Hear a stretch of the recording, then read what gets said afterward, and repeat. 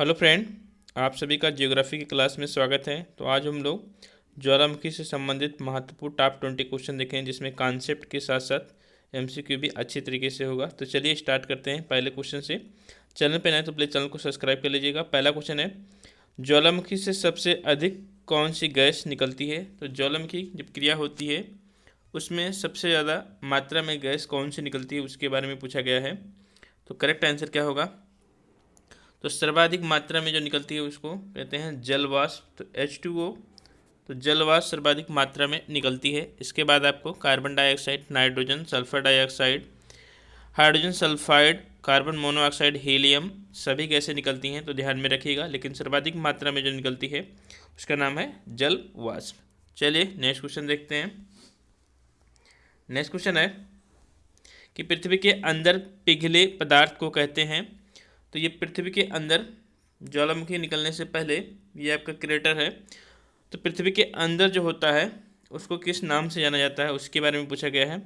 तो पृथ्वी के अंदर जो पिघला हुआ पदार्थ होता है उसको लावा कहा जाता है। ध्यान में रखिएगा, उसको लावा कहा जाता है। ज्वालामुखी उद्गार के समय भूगर्भ में स्थित तरल पदार्थ को क्या कहते हैं? मैग्मा कहते हैं। जब यह मैग्मा धरातल के ऊपर आता है बाहर, तो उससे क्या जाता है? लावा की संज्ञा दी जाती है। तो ध्यान में रखना, अंदर स्थित पूछा गया है, याद रखिएगा अंदर स्थित पूछा गया है। तो बाहर को लावा कहते हैं, अंदर स्थित को मैग्मा कहा जाता है। तो ध्यान में रखिएगा, जब ज्वालामुखी उद्गार के समय भूगर्भ में स्थित तरल पदार्थ, नीचे वाला जो पदार्थ होता है, जिसको ये जो तरल पदार्थ है इसको मैग्मा कहा जाता है। जब ये बाहर निकल के आता है, इसके बाद फैलाव होता है इसका, फिर धीरे धीरे शीतलन होता है और ये आग्नेय चट्टानों में परिवर्तित हो जाता है। तो जो ये फैलाव हो रहा है इसी को लावा कहा जाते हैं, और अंदर के जो पदार्थ होता है उसको मैग्मा कहा जाता है। तो ध्यान में रखना है, ऑप्शन नंबर डी सही होगा। नेक्स्ट क्वेश्चन है कि लावा के ठोस होने के फलस्वरूप, तो लावा जो पृथ्वी की सतह पर बाहर आ चुका है उसके ठोस होने के फलस्वरूप पृथ्वी के अंदर निर्मित चट्टान कहते हैं। तो लावा के जो अंदर में, पृथ्वी के अंदर ही जो ठोस में परिवर्तित हो जाता है बड़े बड़े खंडों में, उसको क्या कहा जाता है, इसके बारे में पूछा गया है। तो उसको कहते हैं प्लूटोनिक चट्टान। याद रखिएगा, प्लूटोनिक चट्टान कहे जाते हैं। लावा के ठोस होने के फलस्वरूप पृथ्वी के अंदर ही, ये बाहर सतह पे नहीं आया है, अंदर ही ठोस हो गया है, तो इसको कहते हैं प्लूटोनिक चट्टान कहते हैं। नेक्स्ट है, ज्वालामुखी उद्गार नहीं होते हैं। तो ज्वालामुखी उद्गार कहाँ पर होते हैं? जैसे भूकंप का क्षेत्र हुआ, जहाँ प्लेट टेक्टोनिक की क्रियाएँ होती हैं, तो वहाँ पर ज्वालामुखी उद्गार होते हैं। तो इसमें से कौन सा ऐसा क्षेत्र है जहाँ पर नहीं होते? तो आपका है बाल्टिक सागर। ध्यान में रखना, लातविया, लिथुआनिया, यहाँ पर आपको फिनलैंड के पास, आपको यूरोप के उत्तर में देखेगा आपको बाल्टिक सागर। तो याद रखिएगा, करेक्ट आंसर होगा option number D. Next question है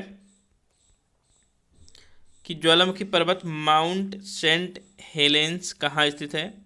तो ज्वालामुखी पर्वत माउंट सेंट हेलेंस संयुक्त राज्य अमेरिका, कहाँ पर? संयुक्त राज्य अमेरिका में स्थित है। करेक्ट आंसर होगा ऑप्शन नंबर डी, संयुक्त राज्य अमेरिका। फिलीपींस में आपको माउंट ताल दिखेगा, याद रखिएगा, माउंट ताल आपको फिलीपींस में देखने को मिलेगा। ये इंपॉर्टेंट है, इसको टिक लगा लीजिएगा। नेक्स्ट देखते हैं,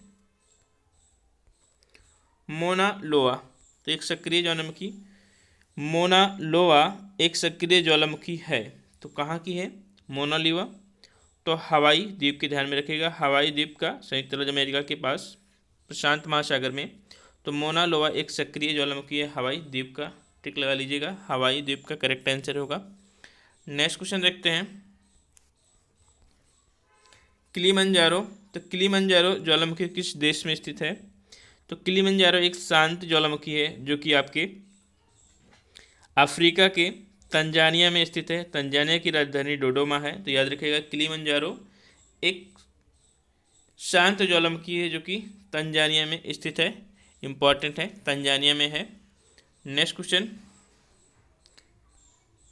है कि निम्नलिखित ज्वालामुखियों में से किसे भूमध्य सागर का प्रकाश स्तंभ कहा जाता है? तो भूमध्य सागर का प्रकाश स्तंभ किसे कहा जाता है? मोस्ट इंपॉर्टेंट है, ध्यान में रखिएगा। तो भूमध्य सागर का प्रकाश स्तंभ कहा जाता है स्ट्राम्बोली को। स्ट्राम्बोली को भूमध्य सागर का कहा जाता है प्रकाश स्तंभ, ध्यान में रखिएगा, इंपॉर्टेंट है। नेक्स्ट क्वेश्चन, निम्नलिखित में से कौन सा सही सुमेलित नहीं है, इसके बारे में बताना है।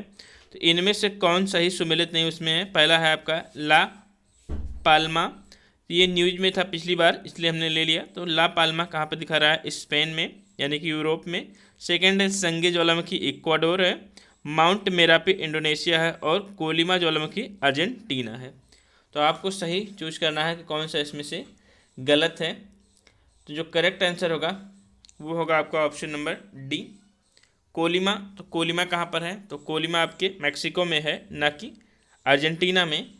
तो इसको आप लोग सही कर लीजिएगा, अर्जेंटीना में नहीं है। माउंट मेरापी इंडोनेशिया में है। साथ में साथ बहुत ही इंपॉर्टेंट है, इंडोनेशिया में आपको और देखने को मिलेगा क्या क्या। तो इंडोनेशिया में देखने को मिलेगा माउंट सिनाबुंग। तो माउंट सिनाबुंग आप लोग लिख लीजिएगा, माउंट सिनाबुंग इंडोनेशिया में देखने को मिलेगा। ये भी इंपॉर्टेंट है इंडोनेशिया का। क्राकाटोवा सभी को पता होगा। तो जो चीज़ें हैं आप लोग लिखते चलिएगा। ज्वालामुखी बहुत हैं तो ज़्यादा नहीं, जितना इंपॉर्टेंट है वही देखेंगे और जो न्यूज में रहते हैं वो देखते हैं। तो क्राकाटोवा भी इंडोनेशिया का है, तो इसको भी टिक लगा दीजिए। माउंट मेरापी, माउंट सिनाबुंग और क्राकाटोवा तो इंडोनेशिया के मोस्ट इंपॉर्टेंट हैं। मैक्सिको आपका है पेरिकुटीन, साथ में आपका है कोलिमा, ये मैक्सिको के हैं। संगे ज्वालामुखी इक्वाडोर का है, तो संगे ज्वालामुखी इक्वाडोर का है। और चिंपाराजो भी ट्रिक लगा दीजिएगा, चिंपाराजो ज्वालामुखी कहाँ पर है, तो इक्वाडोर में है, ये भी सही है। तो चिंपाराजो इक्वाडोर में है। चिली में आपको बिल्लारिका, तो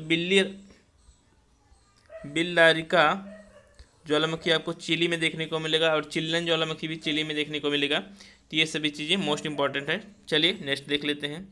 नेक्स्ट क्वेश्चन ये भी न्यूज में था। नाम है फैगरा डेल्स सॉल्व। तो फैगरा डेल्स फॉल ज्वालामुखी किस देश में स्थित है, बहुत ही इंपॉर्टेंट है। फैगरा डेल्स फॉल ज्वालामुखी तो ये आपके कहाँ पर है, तो आइसलैंड में। आइसलैंड की राजधानी रेकजाविक है। ये उत्तरी में आपको स्थित है, तो ध्यान में रखना। लॉकी, माउंट लॉकी भी पूछा जाता है कई बार। तो माउंट लॉकी भी आइसलैंड में ही है स्थित है, तो इंपॉर्टेंट है। माउंट लॉकी हो गया और इसके बाद आपका गेरफर्ड डेक्स सॉल्व हो गया। तो ये चीज़ें आपको इंपॉर्टेंट लगा लेना है। चलिए नेक्स्ट देख लेते हैं। नेक्स्ट क्वेश्चन है कि निम्नलिखित में से कौन सा सही सुमेलित नहीं है, ज्वालामुखी दिए गए हैं, आपको चिन्हित करना है। तो फर्स्ट आपका है ताउपो ज्वालामुखी, न्यूजीलैंड दिया है। माउंट ताल फिलीपींस दिया है। पेरिकुटीन दिया है मैक्सिको। और सबनकाया, तो सबनकाया चिली दे रखा है। तो करेक्ट आंसर नहीं है पूछा गया है, तो करेक्ट आंसर हो जाएगा आपका ऑप्शन नंबर डी, सबनकाया। तो सबनकाया पेरू में है, याद रखिएगा, पेरू में है, जो कि दक्षिण अमेरिका का एक देश है पेरू। पेरुकुटीन मैक्सिको में है। माउंट ताल फिलीपींस में है। और ताउपो ज्वालामुखी मोस्ट इंपॉर्टेंट है, न्यूजीलैंड में है। साथ में न्यूजीलैंड में आपको रुआ पेहू, तो माउंट रुआ पेहू ज्वालामुखी भी दिखेगा न्यूजीलैंड में ही, तो इसको भी आप लोग टिक कर लीजिएगा, इंपॉर्टेंट है। मैक्सिको में कोलिमा ज्वालामुखी दिखेगा। चलिए नेक्स्ट देखते हैं कि निम्नलिखित में से कौन सा शांत ज्वालामुखी है। तो इनमें से कौन सा शांत ज्वालामुखी है, इसके बारे में पूछा गया है। तो शांत ज्वालामुखी कौन सा है, तो म्यांमार का, याद रखिएगा, पोपो म्यांमार का है, इंपॉर्टेंट है, पूछा जा सकता है। म्यांमार का ज्वालामुखी का नाम क्या है, तो पोपो म्यांमार में है। किलिमंजारो कहाँ पर है, तंजानिया में है। इक्वाडोर का चिंपेराजो, म्यांमार का पोपो, ईरान का दामबंद और कोह सुल्तान। तो ये सभी शांत ज्वालामुखी या मृत ज्वालामुखी हैं, याद रखिएगा। नेक्स्ट है क्वेश्चन नंबर 13 है, देख लेते हैं 13 क्या कह रहा है कि ज्वालामुखी क्रिया द्वारा निकलने वाले मटर के दाने, जो छोटे छोटे आकार के होते हैं, बिल्कुल मटर के दाने के आकार वाले टुकड़े को क्या कहा जाता है, तो इसको कहा जाता है, करेक्ट आंसर होगा लेपली। तो मटर के दाने वाले जो छोटे छोटे आकार के टुकड़े निकलते हैं ज्वालामुखी क्रिया द्वारा, उसको लेपलीज कहा जाता है, लेपली। और ब्रेसिया कहा जाता है, जो थोड़ा सा बड़े दाने होते हैं। तो याद रखिएगा, ब्रेसिया छोटे से नहीं, थोड़ा बड़े दाने को कहा जाता है ब्रेसिया। मैग्मा जो नीचे रहता है उसको मैग्मा कहा जाता है, जब सतह पर ऊपर आ जाता है तो उसको लावा कहा जाता है। सारी चीज़ें आपको याद होनी चाहिए। चलिए नेक्स्ट क्वेश्चन देखते हैं। नेक्स्ट क्वेश्चन है कि निम्नलिखित कथनों पर विचार कीजिए और सही उत्तर दीजिए। पहला है एसिडिक जो लावा होता है वो अत्यंत हल्का, पतला और धरातल पर शीघ्रता से फैलने वाला लावा होता है। सेकेंड है एसिडिक लावा में सिलिका की मात्रा अधिक होती है। तो करेक्ट आंसर क्या हो जाएगा? तो करेक्ट आंसर है जो सही है वो ऑप्शन नंबर बी सही है। ऑप्शन नंबर ए गलत है, क्योंकि एसिडिक जो लावा होता है वो हल्का नहीं, चिपचिपा और गाढ़ा होता है, जो कि शीघ्रता से क्या होता है, फैलता नहीं है और एक गुंबदाकार शंकु का निर्माण करता है। जो आपका एसिडिक लावा है वो हल्का नहीं होता है, बेसिक लावा जो होता है वो हल्का होता है। तो करेक्ट आंसर होगा ऑप्शन नंबर बी केवल। चलिए नेक्स्ट क्वेश्चन देखते हैं। नेक्स्ट क्वेश्चन है कि ज्वालामुखी से निकलने वाले वह टुकड़े जिनका घनत्व जल से कम होता है। तो जल से कम होता है यानी कि जल पे वो तैरेंगे, और जल पर तैरते हैं तो उनको किस नाम से जाना जाता है, इसके बारे में पूछा गया है। तो जल पे जो तैरते रहते हैं उसको कहा जाता है फ्यूमिस। तो करेक्ट आंसर होगा ऑप्शन नंबर बी। लेपिया आपने देख लिया है, ब्रेसिया देख लिया है, और पायरोक्लास्टर जो बड़े बड़े टुकड़े होते हैं उन्हीं को भी पायरोक्लास्टर कहा जाता है। तो फ्यूमिस याद रखिएगा, वो जल पर तैरते रहते हैं क्योंकि उनका घनत्व जो होता है वो जल से कम होता है। नेक्स्ट क्वेश्चन है किस प्रकार के ज्वालामुखी सबसे अधिक विस्फोटक और विनाशकारी होते हैं। तो इनमें से कौन सा ज्वालामुखी है जो सबसे अधिक विस्फोटक और विनाशकारी होगा? तो उसका नाम है पिलियन तुल्य ज्वालामुखी। याद रखिएगा, पिलियन तुल्य ज्वालामुखी सबसे अधिक विनाशकारी और विस्फोटक होते हैं। नेक्स्ट क्वेश्चन देखते हैं।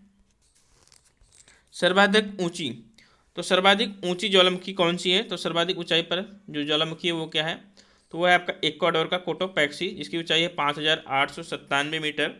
तो 5897 मीटर है इसकी ऊंचाई, किसकी?